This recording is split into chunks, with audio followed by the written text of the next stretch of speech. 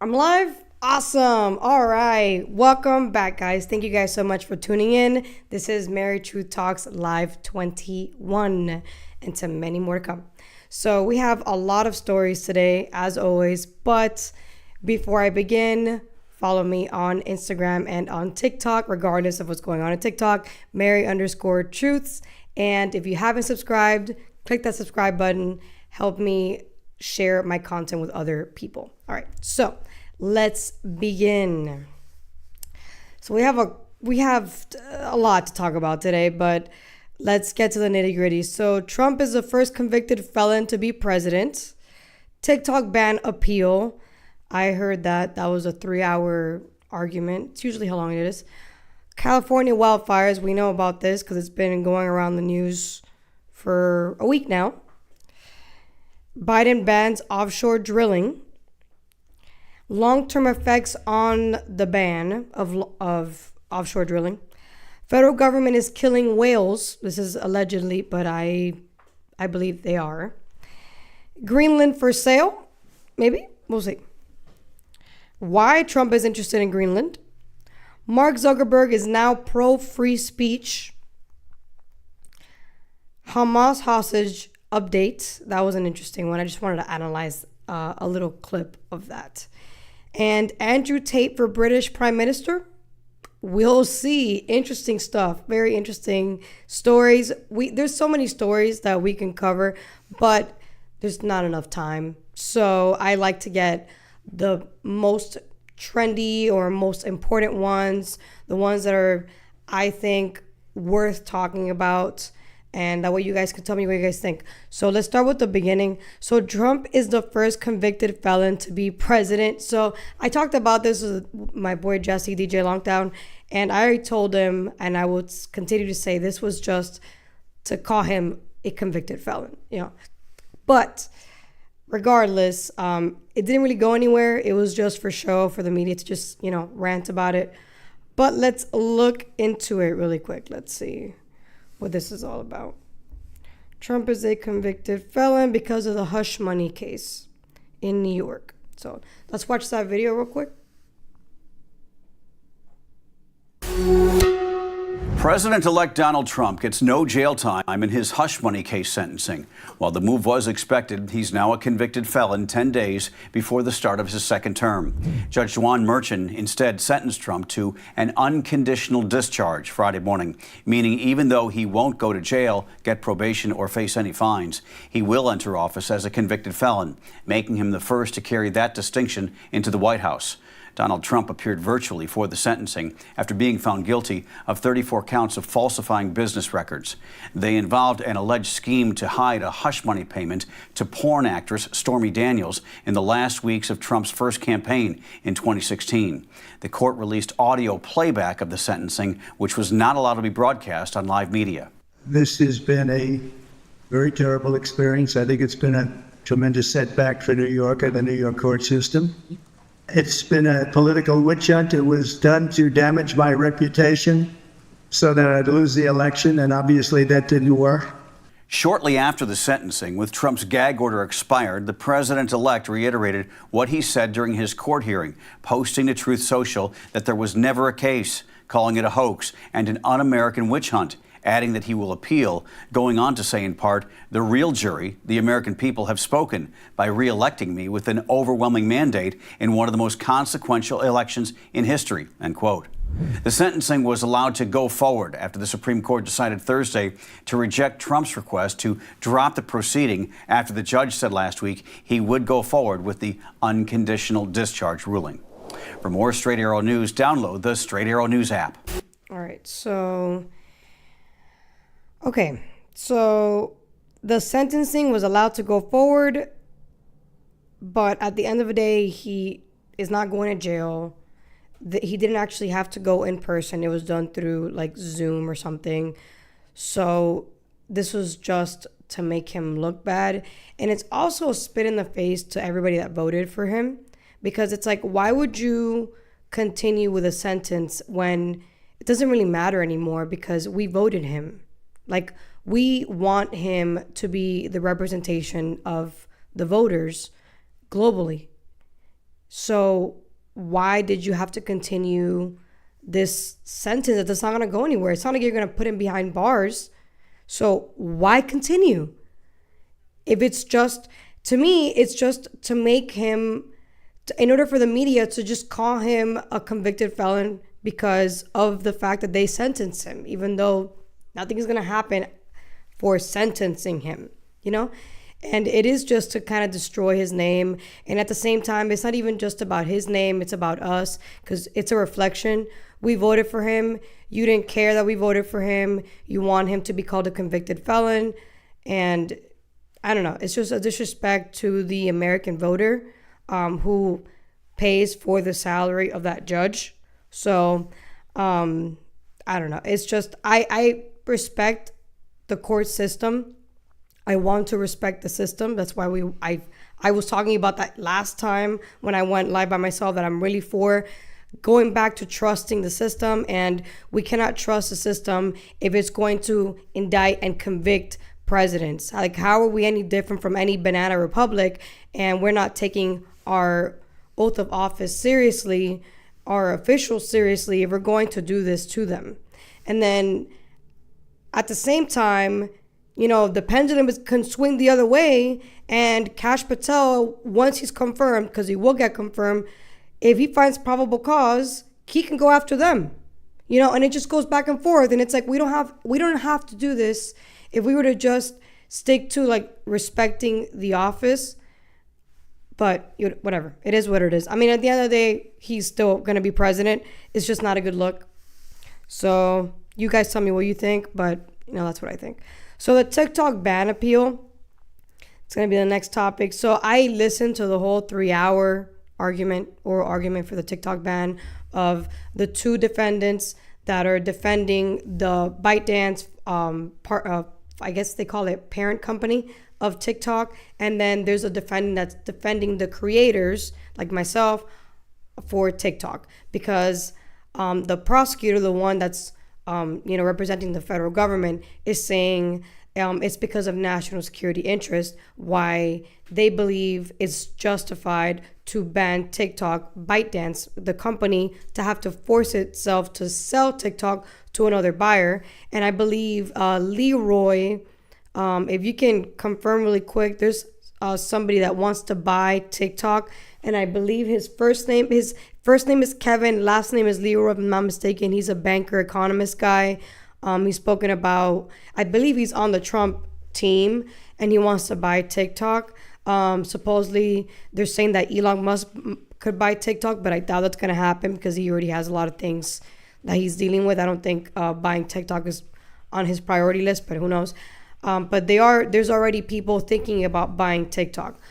My issue with it is, I understand the national security part, but the reason behind the national security, to me, doesn't justify banning TikTok or banning the company from owning it, because they're saying that it has a lot of data that the Chinese government is collecting. But we can use that same argument for Temu. We can use that same argument for Amazon. There's so many applications that have our personal data, like specifically our debit cards and credit card information. So if you're going to use that as a justification to ban TikTok, you can literally use that across the board and start banning a bunch of other apps that are doing the same thing, if not more. So I don't think the prosecution's defense to banning TikTok, it's good enough, but we'll see. We'll see. Mayer is the name, by the way. Kevin what? Mayer. Kevin Mayer? No. Are you sure? It says here. Kevin Mayer. You're referring to likely Kevin Mayer. He was a former CEO of TikTok's parent company, ByteDance. No, there's another guy. His name is his last name is Leroy or something like that. Said his first name was Kevin.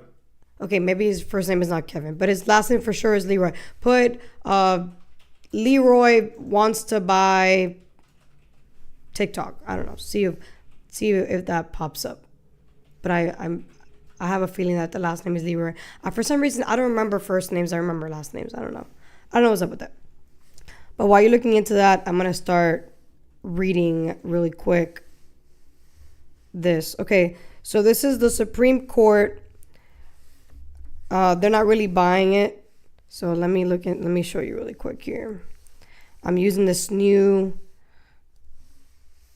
application for news. It's very, very, very useful.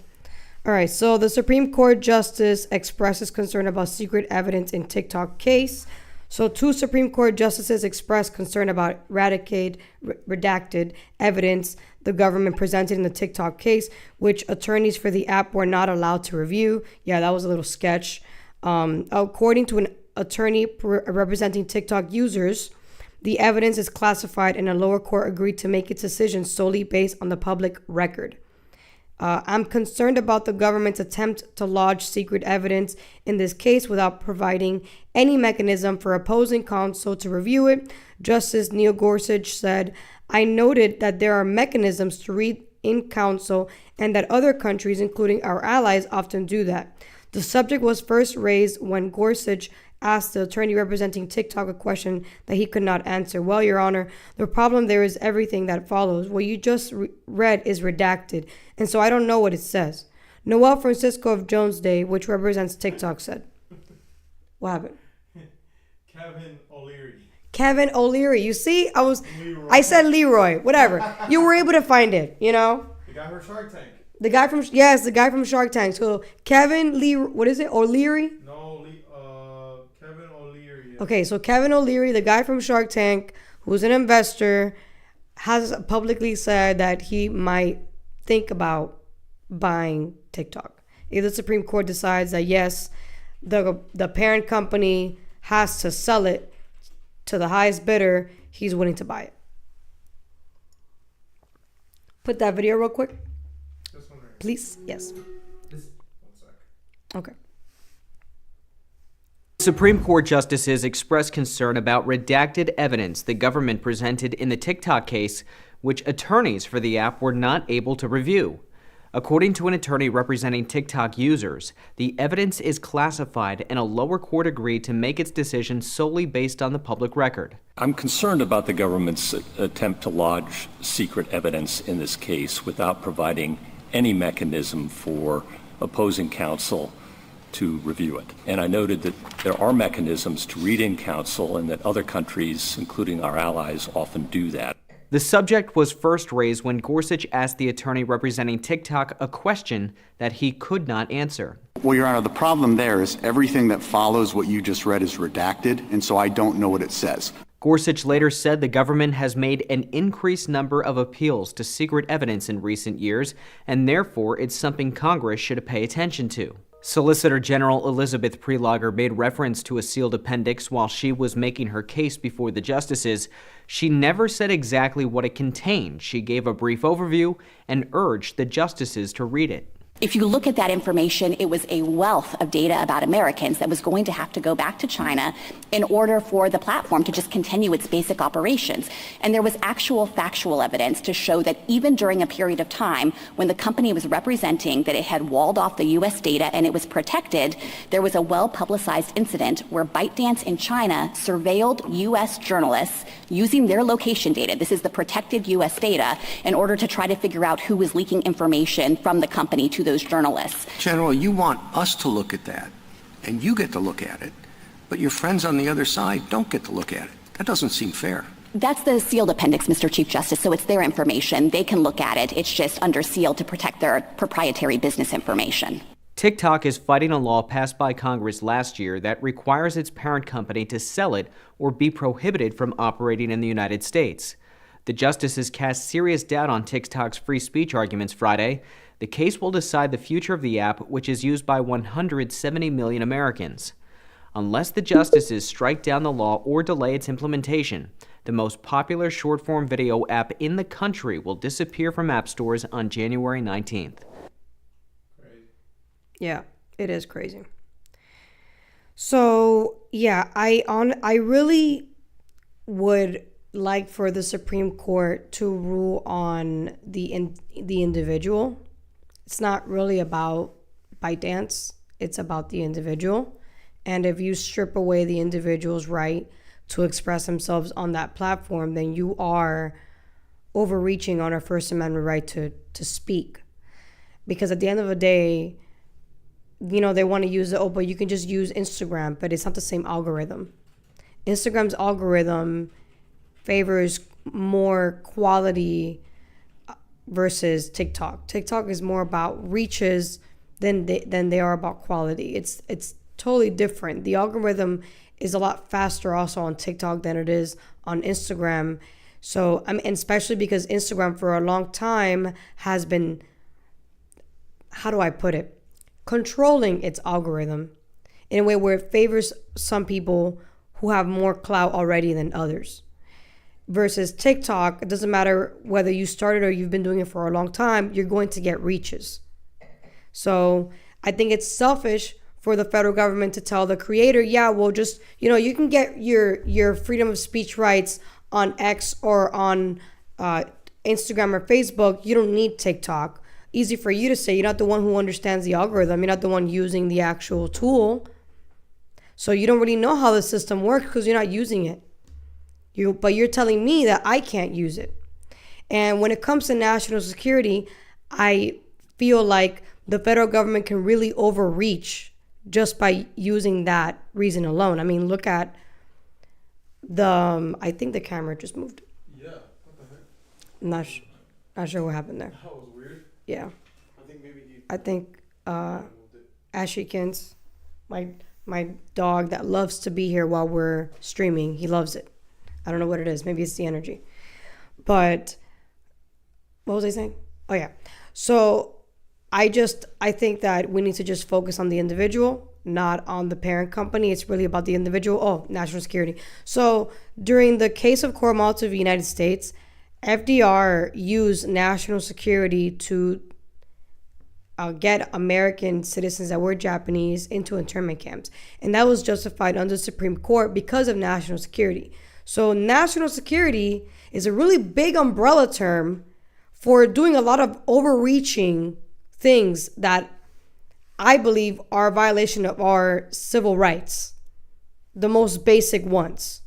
So I really hope the Supreme Court doesn't rule on the federal government and it rules on the individual. And then maybe, I don't know what they're going to do about the parent company, but I hope it rules on the individual. We'll see what happens. We'll stay tuned for that. Let's move on to the next story. So it is California wildfires. This is horrific, tragic. I don't even know what to say. It's frustrating. And at the same time, it's a consequence of bad leadership and voting for the progressive left for years and years and years.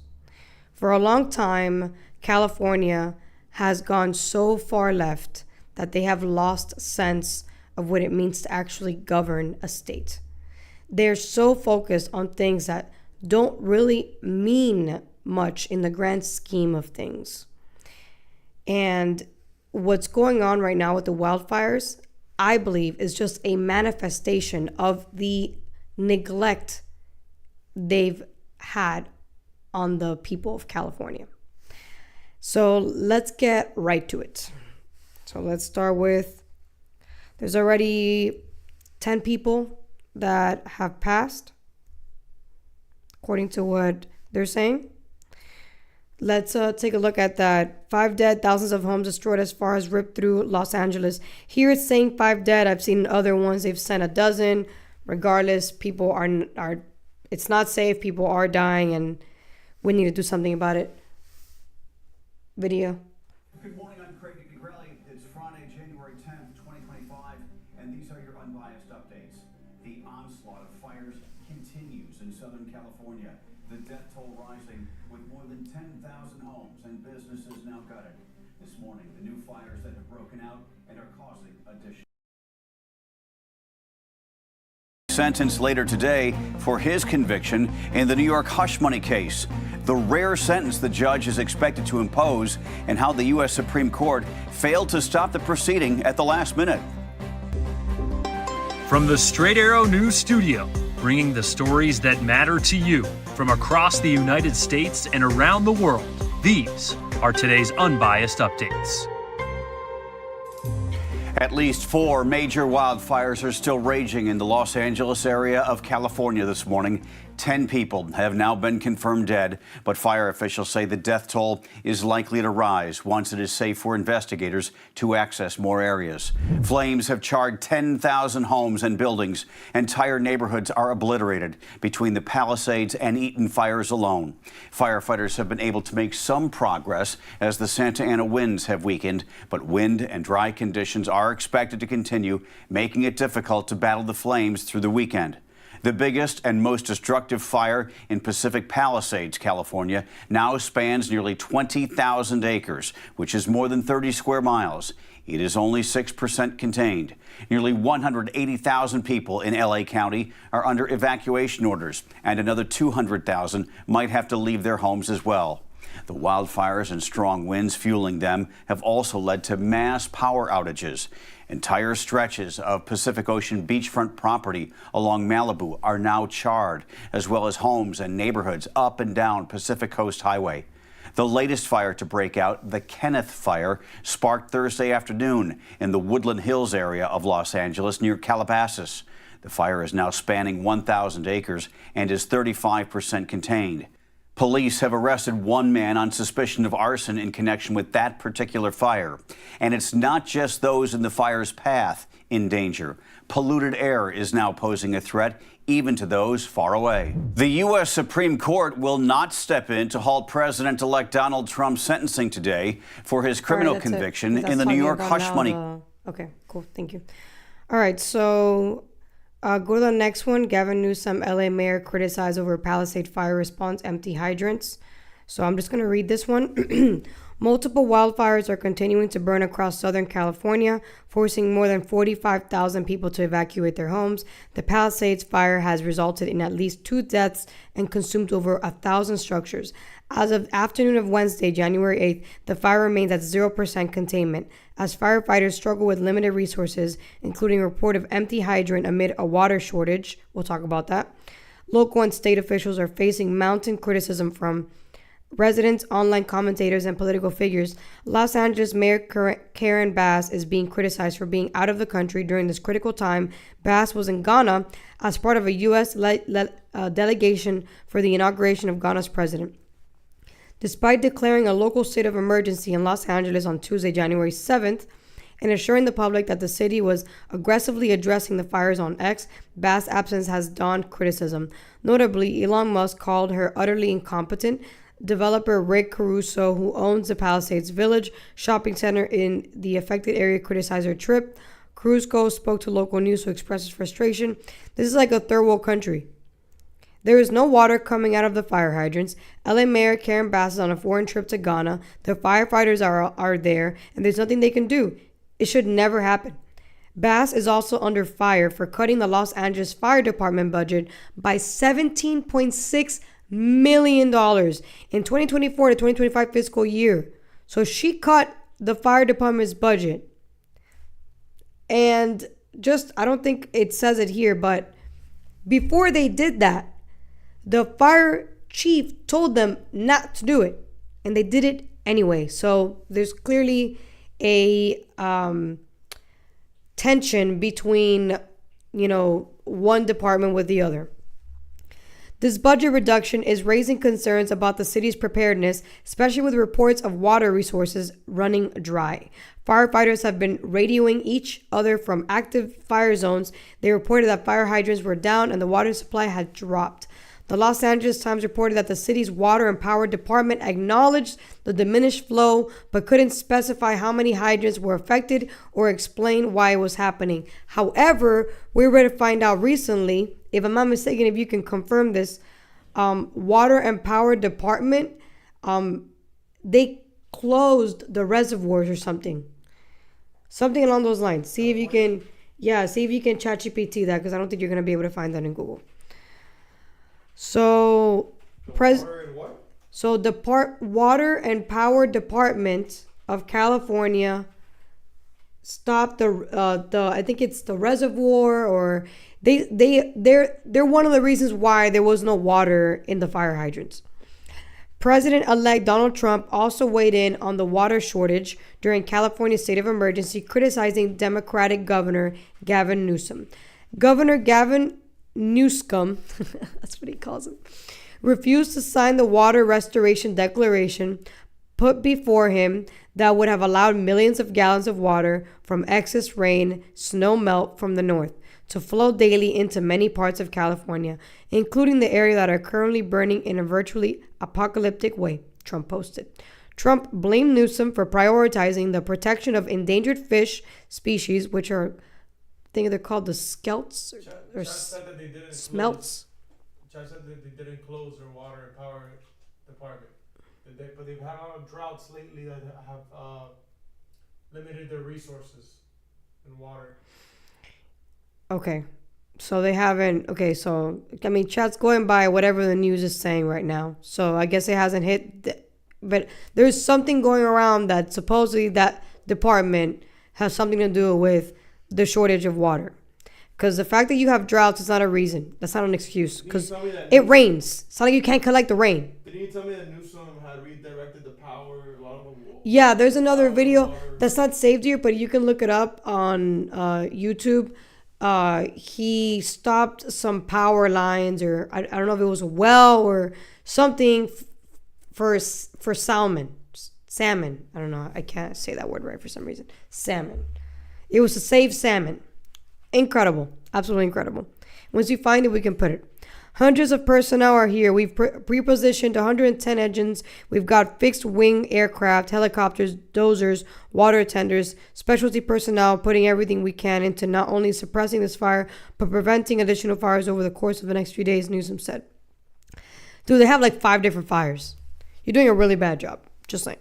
Water supply failures are not a new issue for the state, yet you didn't have enough water in the fire hydrants.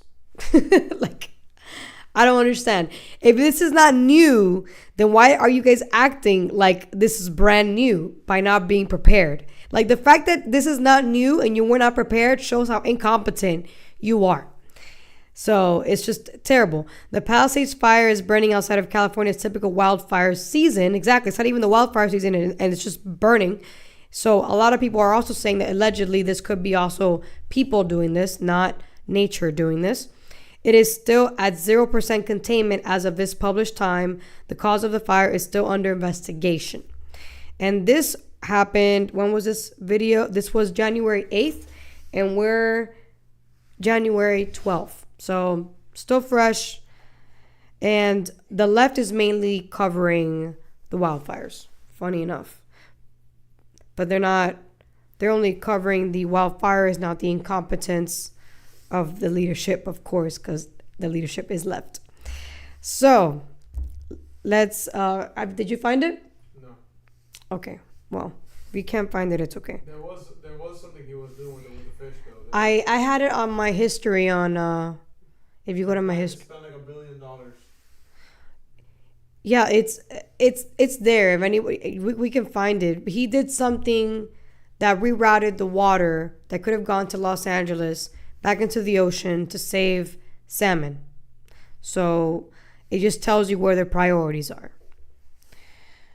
All right, the next one is what's going on with the insurances. Now that this is happening, there's going to be a really big problem with the insurance. See if we can find it here really quick. I thought I had saved it. All right. I have it pulled up here. Total estimated cost of California wildfires triples to $150 billion. Mm-hmm. Yep, put that. It's crazy. Experts are tripling their estimates for how much economic damage these California wildfires may cause. AccuWeather says the economic toll could reach up to $150 billion after previously Friday, estimating a number in the 50s. 2 days ago. That jump in estimates happened in a day, showing the unpredictability and massive toll these fires are taking.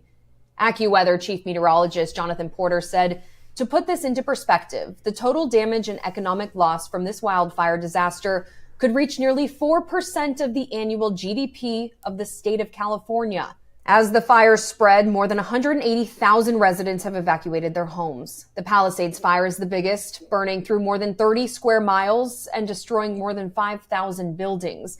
As of Friday morning, the blaze is 8% contained. AccuWeather says if the fires continue to grow in size, that estimate for total damage and economic loss may be revised upward, perhaps even substantially. The area between Malibu and Santa Monica hosts some of the most expensive property in the nation. The median home value in the area is more than $2 million. If the latest estimate rings true, these fires will be among the most costly natural disasters in U.S. history. Hurricanes typically top the list.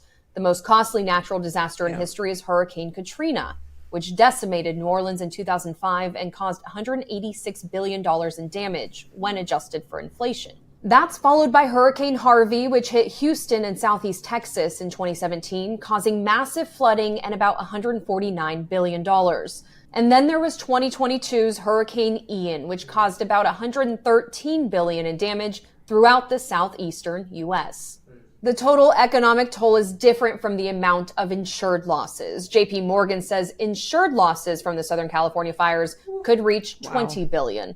They have doubled their estimate in a very short amount of time. Analyst Jimmy Buller says that number could rise even more if the fires are not controlled. Raymond James issued a similar estimate, saying insured losses could range from 11 to 17.5 billion. They'll go bankrupt. Morningstar analysts estimate insured losses will exceed $8 billion. If the JP Morgan estimate of $20 billion comes to fruition, it would become the most costly wildfire in U.S. history by insured losses. 3 fires from the 2018 season account for the 3 most expensive for insurance companies. The Camp, Tubbs, and Woolsey fires account for $12.5 billion, $11.1 billion, and $5.3 billion, respectively.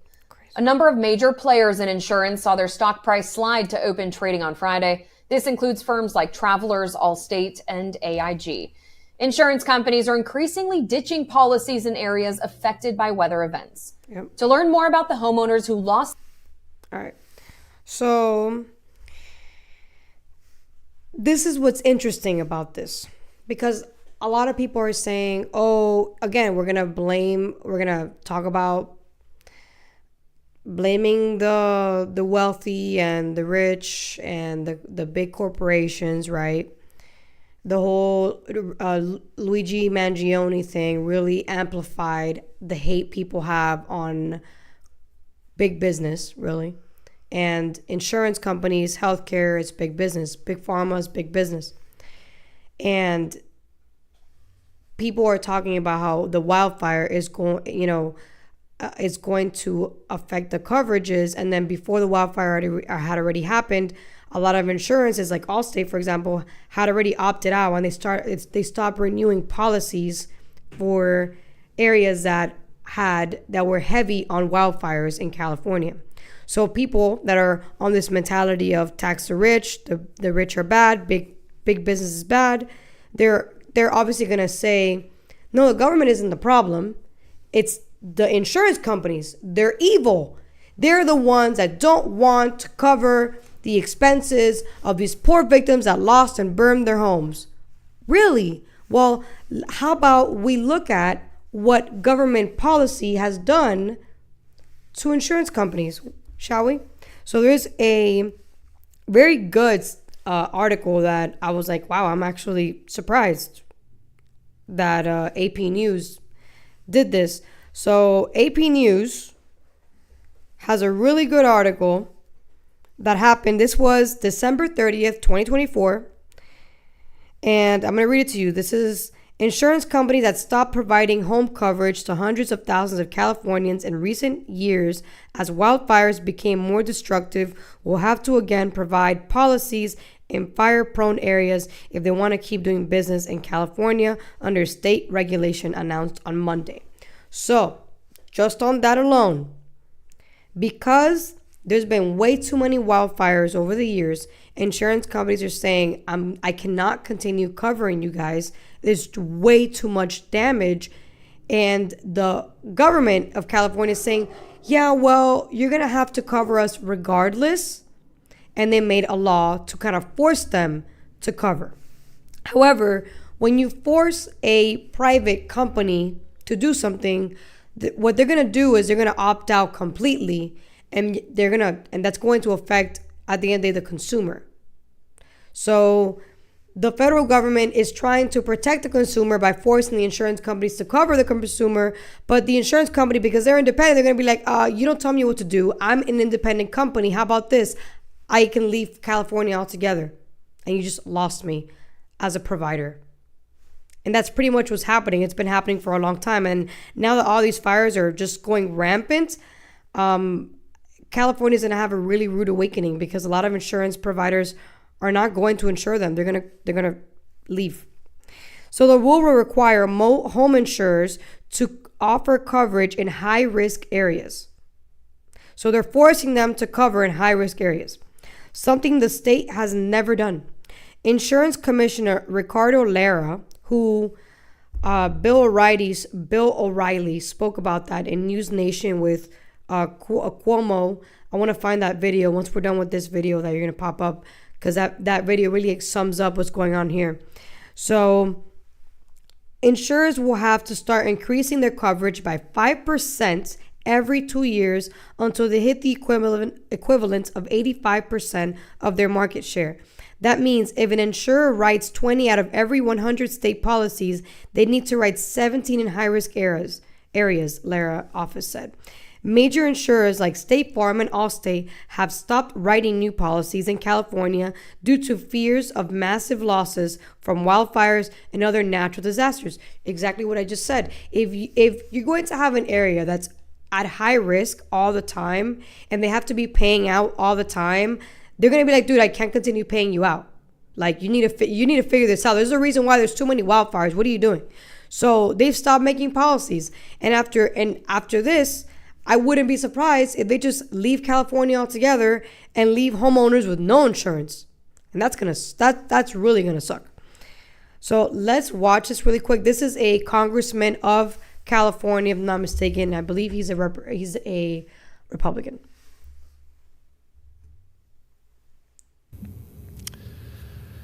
Mr. Speaker, as we speak, the he's a little California nerdy, legislature has gavelled in to a special emergency session of its legislature.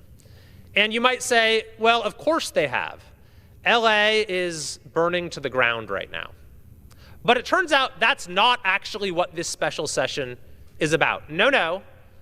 The legislature has gavelled into a special session called by Gavin Newsom to provide millions of dollars in funding for filing lawsuits against the incoming Trump administration.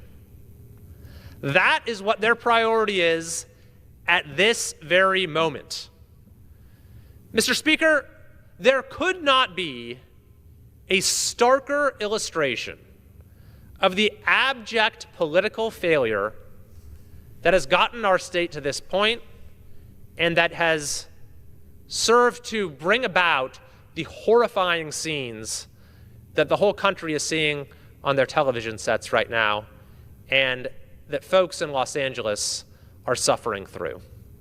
So I want to go over a few of the failures that have gotten us to this point. But I do want to say first that my prayers are with the people in LA, the victims of this horrifying, apocalyptic set of fires, with the over 100,000 people under evacuation orders, with the at least 5, sadly probably more people who have lost their lives and their families, and with our firefighters and first responders who are working around the clock, doing everything they possibly can to get this blaze under control.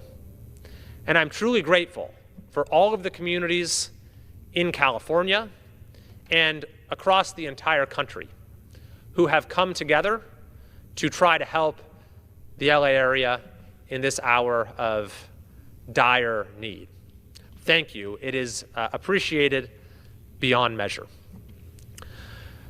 But after we do manage to get the fire under control, there are going to be a lot of questions that need answering. There's already a lot of questions. Indeed, we can already identify, even though we don't know the specific cause of each fire, the failures that we know have contributed to these conflagrations, these catastrophic events that have hit our community time and time again. Our politicians have obsessed over things like banning lawnmowers, banning leaf blowers. Insane. All the while neglecting our forests and leaving our communities vulnerable. In fact, when it comes to the forests, it is worse than neglect. The state and, frankly, the federal government have put up unnecessary hurdles to doing proper forest management, to clearing vegetation, to doing prescribed burns, which has turned many of our forests and areas adjoining residential areas in many cases as tinderboxes and caused fires that have, in many cases, become truly catastrophic, community-destroying events. And we've seen it happen, sadly, time and time again. The perversity of it all is that these restrictions on being able to manage our forests, which have decimated the timber industry, by the way, are imposed in the name of the environment. But nothing could be worse for the environment than a catastrophic wildfire. Indeed, when you look at all of the emissions that are saved by every single emissions reduction program that California has, all of that gets wiped out many times over when you have a catastrophic wildfire. So there simply could not be a more backwards policy. And in fact, last year in the fall, a decision was made to halt prescribed burns. Now, we don't yet know if that would have made a difference here, but we do know that the lack of doing prescribed burns in a systematic way, in an efficient way, in a timely way, has contributed to this problem. To make matters worse, Governor Newsom, when he came into office, started claiming that he was doing forest management, but he wasn't telling the truth. An investigation by Capital Public Radio, the local NPR affiliate, found that Newsom had exaggerated the amount of forest management work that had been done, the number of acres treated. He'd exaggerated that number by a staggering 690%. Yep. So we'll get to the other one later. So this one is interesting. This is Biden bans offshore drilling. So I don't really think it's actually Biden. He doesn't know left from right, up from down. It's his administration, but he's the front man, so Biden. So let's look at that. This is very interesting. I'm Kayla Gaskins in Alexandria, Virginia. President Biden's latest executive order just 2 weeks before leaving office, roadblocks one of incoming President Donald Trump's key campaign promises. In the 11th hour of his presidency, Joe Biden permanently banning offshore drilling on large sections of U.S. waters. The sweeping executive action covers 625 million acres along the east and west coasts of the U.S., the Gulf of Mexico, and the coast of Alaska. Critics, such as Amanda Eversole with the American Petroleum Institute, argue America needs access to these energy resources. Putting permanent bans in place is short-sighted, not only for our national security, but for the benefit of American consumers in being able to access affordable energy. Biden's move roadblocks one of the key campaign promises that helped to deliver Trump's return to the White House. Drill, baby, drill. We're going to drill, baby, drill. To pump up America's oil and gas production in an effort to lower the cost of living for Americans hit hard by high prices. If you make donuts, if you make cars, whatever you make, energy is a big deal, and we're going to get that. It's my ambition to get your energy bill within 12 months down 50%. Incoming Trump press secretary Caroline Leavitt calling the ban a disgraceful decision designed to exact political revenge on the American people who gave President Trump a mandate to increase drilling and lower gas prices. In a statement, President Biden defended the move, writing, "Drilling off these coasts could cause irreversible damage to places we hold dear and is unnecessary to meet our nation's energy needs." Biden does have support among some environmental groups. The Alaska Wilderness League, writing on X, Thank you, President Biden, for securing your conservation legacy and protecting our coasts. All right, that's it. When Trump takes office on... All right, so, okay. So notice that they're doing this because of the environment, right? Yet the regulations that they have created has affected the environment. They've done so many regulations. And on top of that, California is California is the guinea pig of why this climate change agenda is literally what it is, an agenda. It's not actual, I care about the environment, because if you truly cared about the environment, then you would be actually doing things that's going to improve the environment. You wouldn't allow policies and governance that would affect wildlife in such a way like what's going on in California. California is a perfect example as to why this progressive environmental, climate loving is BS. It's not true. It's a facade to get people to believe that they're for the environment, but they're not. They're for control. That's what they really care about. Because at the end of the day, if the majority of our industries are run by gas and oil, why would you do a ban on offshore drilling if you know it's going to affect the consumer in the long run? So I actually ChatGPT'd that. Before I go into the article that I was gonna go in, I'm gonna tell you guys really quick. There's long-term effects to this, even though the progressives don't want to accept the fact that if you ban anything that is a resource that we use significantly right now in the name of environmental climate change and for saving the environment, all you're really doing is affecting the same people you claim you're protecting. That's all you're doing. Because when I asked, would that cause energy prices to go up? And it said, yes, long term it will. How it's going to affect energy prices. Reduce domestic supply. Offshore drilling accounts for a significant portion of U.S. oil and natural gas production, which is mainly everything. Limiting new leases reduces future domestic supply, potentially leading to increased reliance on foreign imports. Once again, they don't want us to be domestically efficient. They want us to have to rely on foreign imports, which can be more expensive and subject to geopolitical risks. Market expectations. The announcement of a ban can create uncertainty in the energy markets. This uncertainty may lead to price volatility and higher costs as companies adjust to anticipated supply constraints. And infrastructure impact. Offshore drilling supports a vast network of jobs and infrastructure. Restricting drilling can lead to economic disruptions in energy-dependent regions, adding logistical and operational costs that might be passed on to consumers. Everything is going to be passed on to the consumer. So check this out. Short-term effects. The immediate impact may be limited because existing offshore drilling leases are not affected. Current production will continue under previously granted leases, keeping short-term supply relatively stable. So short-term, we're not going to feel it. Long-term, we're going to feel it like nobody's business. So long-term, as older leases expire and no new ones are replaced, reduced supply could tighten the market, especially if global demand for oil and gas remains high. So if there's high demand and low supply, what does that happen? The goods and services go up in price. Dude, this is basic economics, dude. This is something that I don't understand why anybody even in the left economic sphere would think is a good idea. Economically, it's stupid. Because if you're trying to help the people, how is banning something outright going to help the people? And then on top of that, now, because he did this, Trump, when he goes in, has to get congressional support to pretty much override the ban.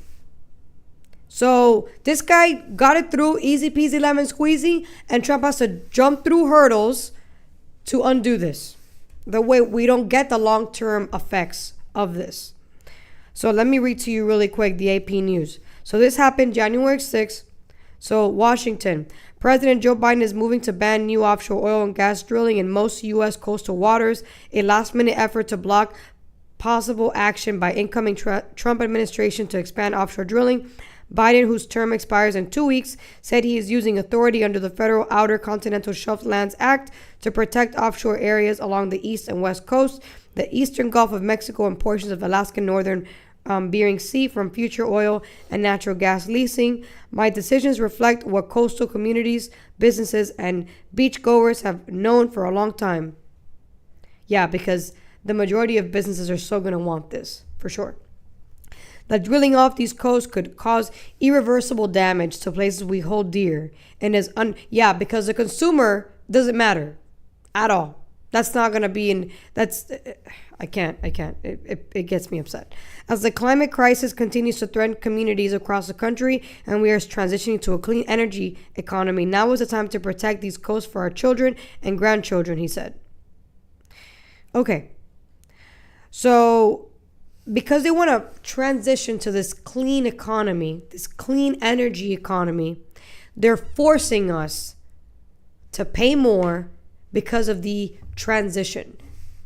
Because all this is doing is forcing us to pay more for goods. That's all this is doing in the name of climate change. So let's look into the environment, because we're talking about the environment. Look at what's going on in California. Mismanagement of forest causes wildfires affecting the environment and the animals that live in that habitat. Now, the Biden offshore drilling, they're banning offshore drilling, causing energy to go up in price in the name of the environment. And then now what's going on right now with the federal government, the windmills, there's a lot of evidence to prove, and there's a documentary that I actually want to watch that is saying that the federal government is killing whales with windmills. So check this out. This is mind-boggling. Ready? Federal government is killing whales. Is that it? No. The offshore drilling. No. Federal government is killing whales. Very sad. And what's crazy is that it's been happening for a long time, and the environmentalists have said zip about it. You ready for that video? It's a video on YouTube. It's not an article. Yeah, the hill. Yeah, here we go.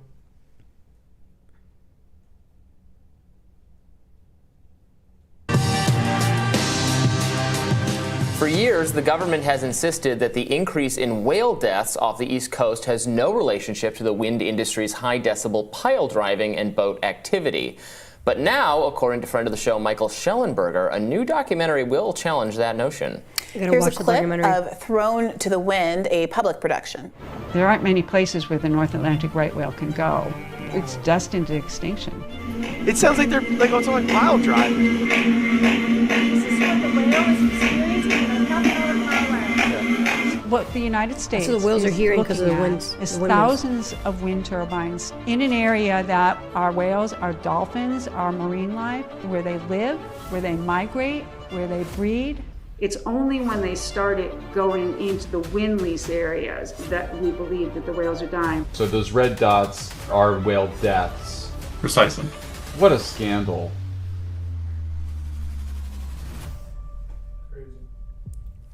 Here to delve more into this issue is investigative journalist Michael Schellenberger, who helped research and produce this documentary that is being released today. Welcome, Michael. Thanks for having me. So what is the argument, the causal argument that between whale deaths and the introduction of these wind turbines?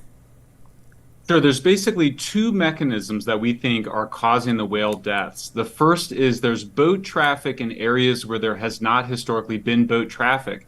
And we know that whales tend to hide from the boats. They know that they're a threat and they avoid them. And so when you add new boat traffic to areas that had been previously untrafficked, you're going to get more boat strikes, which are one of the leading causes of death, if not the leading cause of death.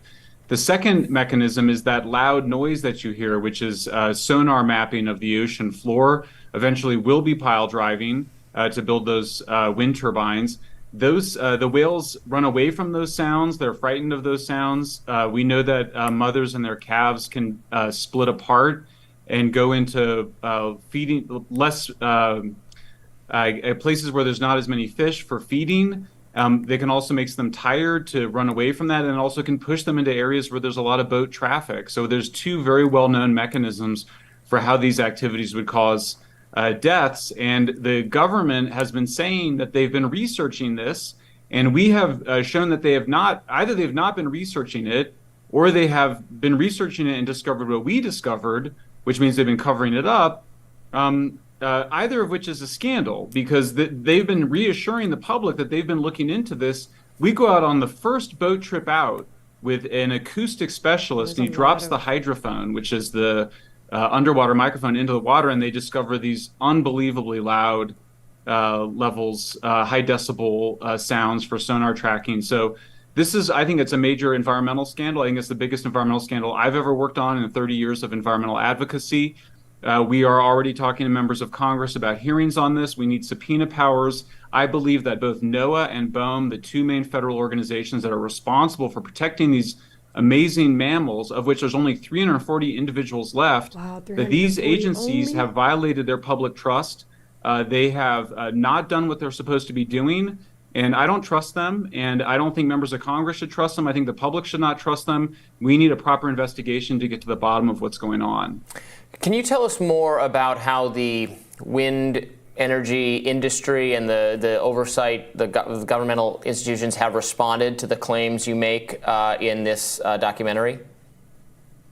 They have not responded. They have not responded yet.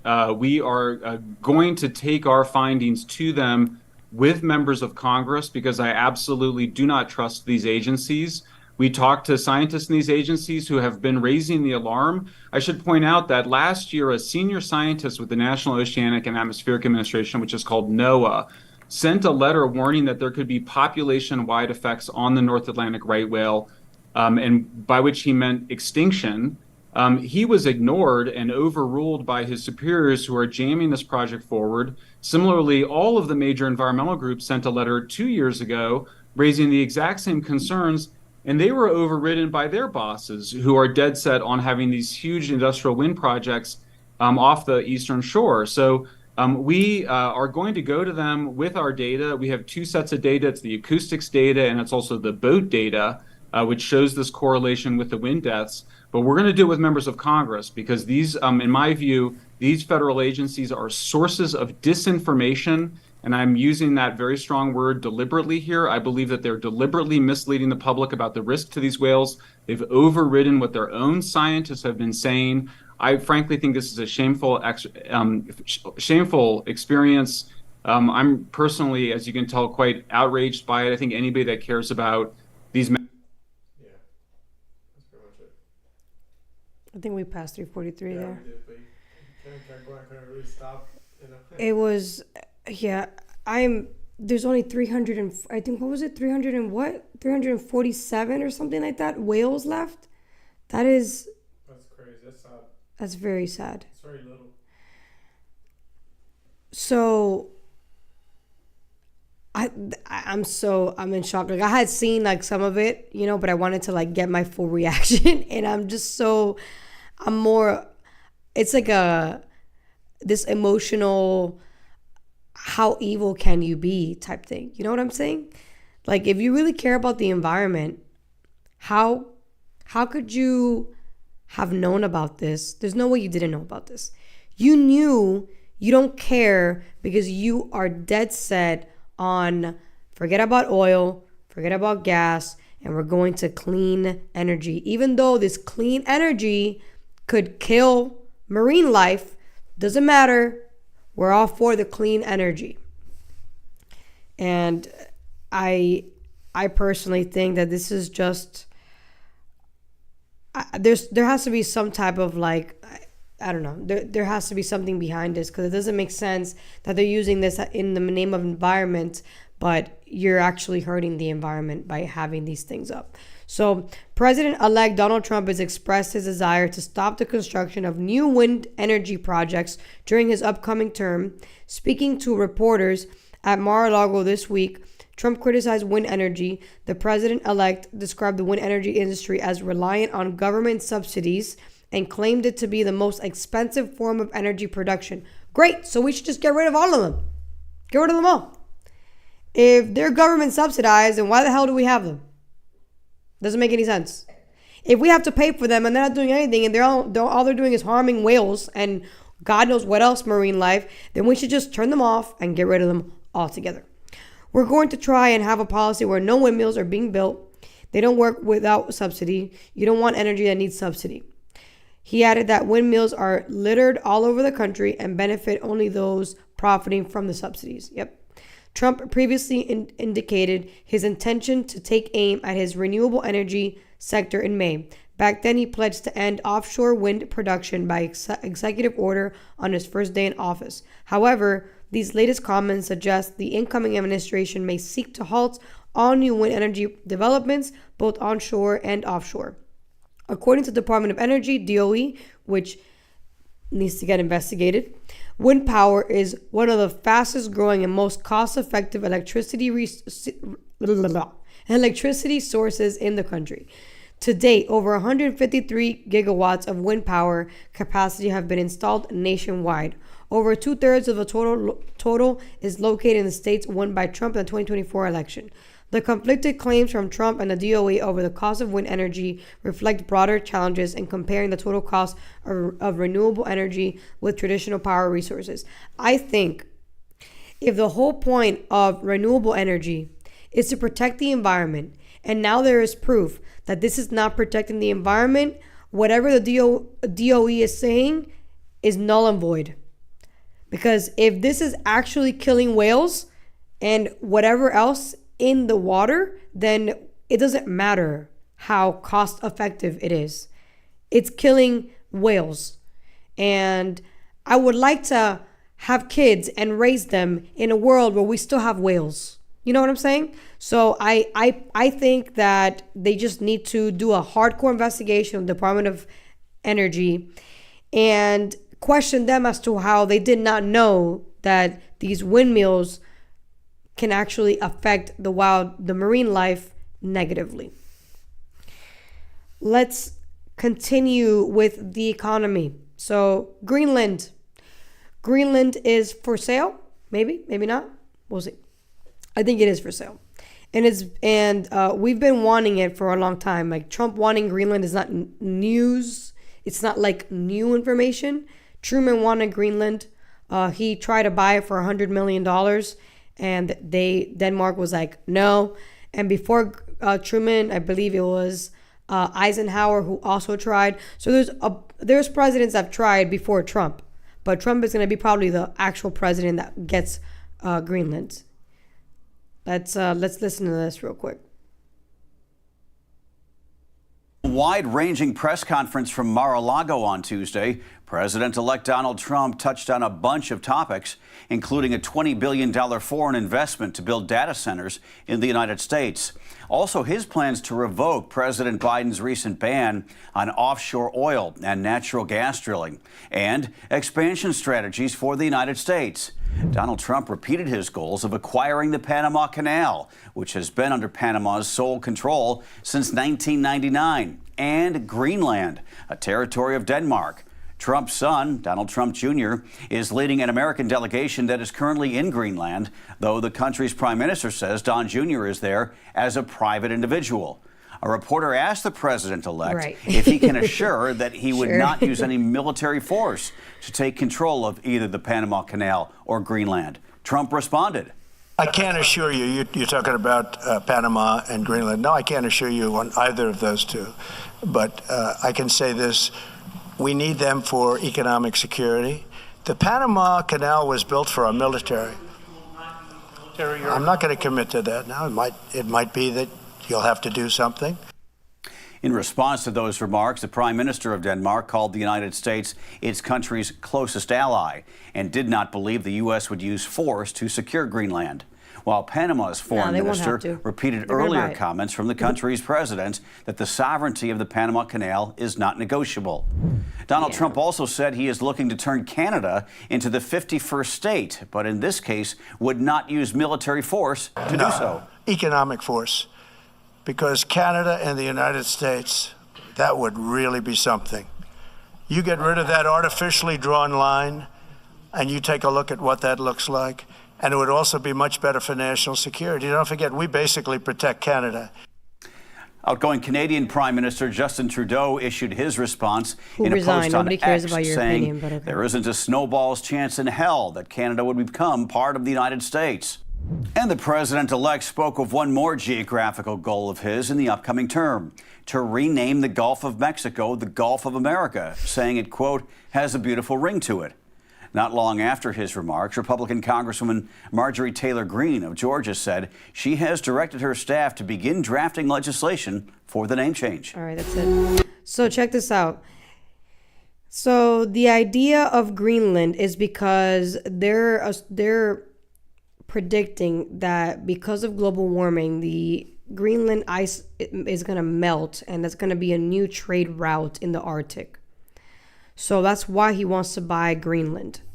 So as global warming causes ice in the Arctic to melt, previously inaccessible routes such as the Northwest Passage and North Sea route are becoming navigable. I don't know why that word was hard. For longer periods each year. These routes significantly reduce shipping distances between major global markets like Asia, Europe, and North America. So the location of Greenland is geographically situated near the Arctic Circle, making it a potential hub for monitoring, controlling shipping routes in the Arctic. Resources.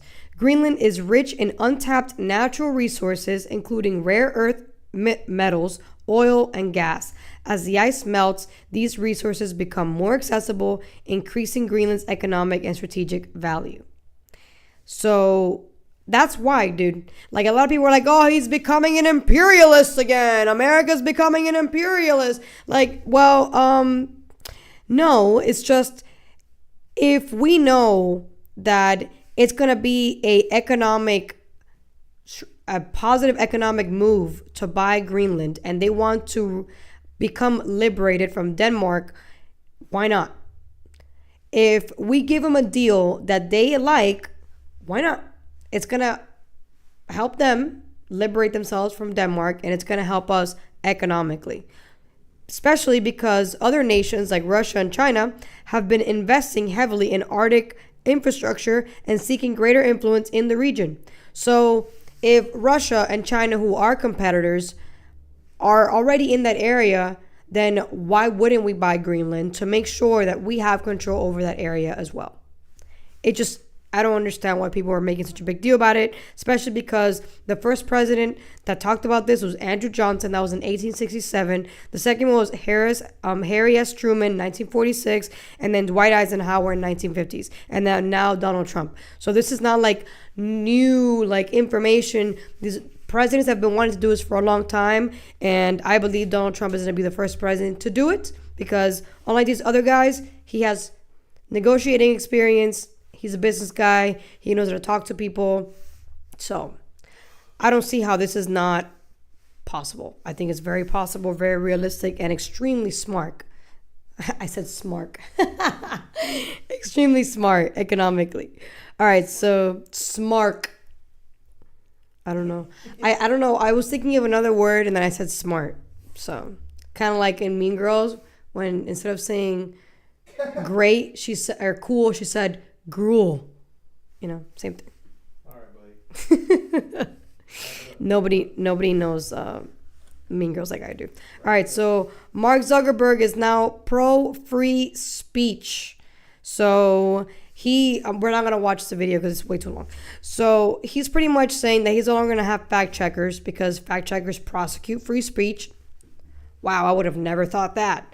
So now he's realizing that he's gonna do community notes, which pretty much means that people have to actually report on other people that are doing misinformation or false information versus having independent fact checkers do it for them, because what that actually does is the fact checkers become biased and they start fact checking people like for no reason. Oh, I don't like their political views, I'm going to fact check them.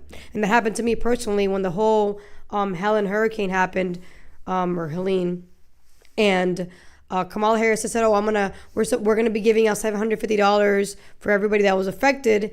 And then all I wrote was her video, reposted it, and then I put $750 ... Fact checker said that was a violation of policy when I didn't say anything. But so that's an example right there that fact checkers prosecute free speech. He's removing that. That way free speech can finally be liberated. And whatever we want to say, we should be allowed to say it, because hate speech at the end of the day is protected under the First Amendment. So this one is interesting. Andrew Tate for British Prime Minister. This is amazing. I want to end it with this and with the Hamas hostage. We'll talk about that on the next one. This is really, you got to put this. So Andrew Tate is running for British Prime Minister, and he's named his party the Bruv Party, which Bruv, is that what it is? Bruv Party. Which stands for something. He'll tell us what it stands for, but listen to this. This is pretty hard. Gentlemen of the United Kingdom, my name is Andrew Tate. I'm the leader of the Bruv Party, Britain Restoring Underlying Values, and I'm here to introduce myself to you as the only hope and chance for the once great Britain to repair itself from the eternal decline we are unfortunately being subjected to.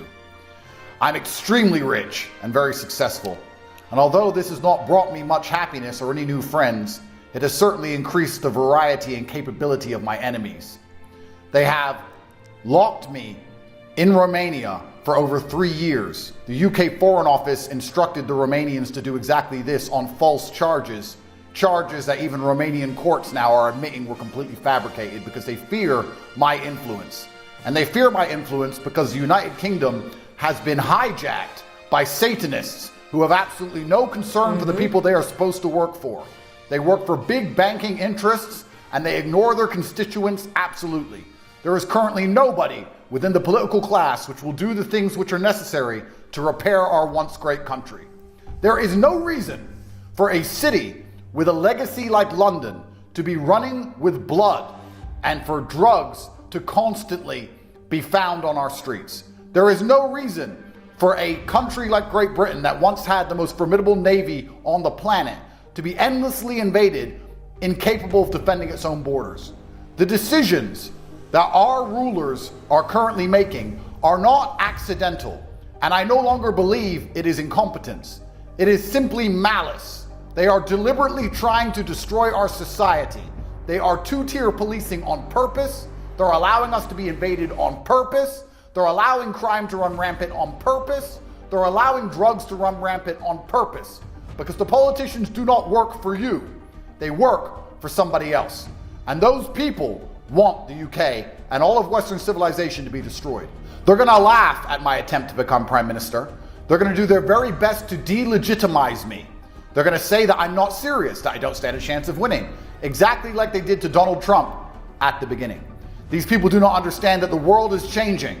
The youth is with us. Yeah. And with time, as these people grow old and die, and the youth stays mobilized, we can take our countries back. All right, so with that message that he gave, which I agree with 100%, there's a lot of things that I don't agree that Andrew Tate says. But this message, I'm all for 100%. Media is changing. And because media is changing and it's becoming more independent, I'm an average person. I'm a normal person that actually wants to tell you guys what's going on in the world and in our country. I'm technically an independent media platform. And like me, there's thousands. So because podcasting and broadcasting has become so independent that now we have more light that we can expose the darkness, the evil in the world. We can now become aware because of how many people are exposing the news. We're becoming more aware of what negligent leadership looks like, for example, in California and in New York.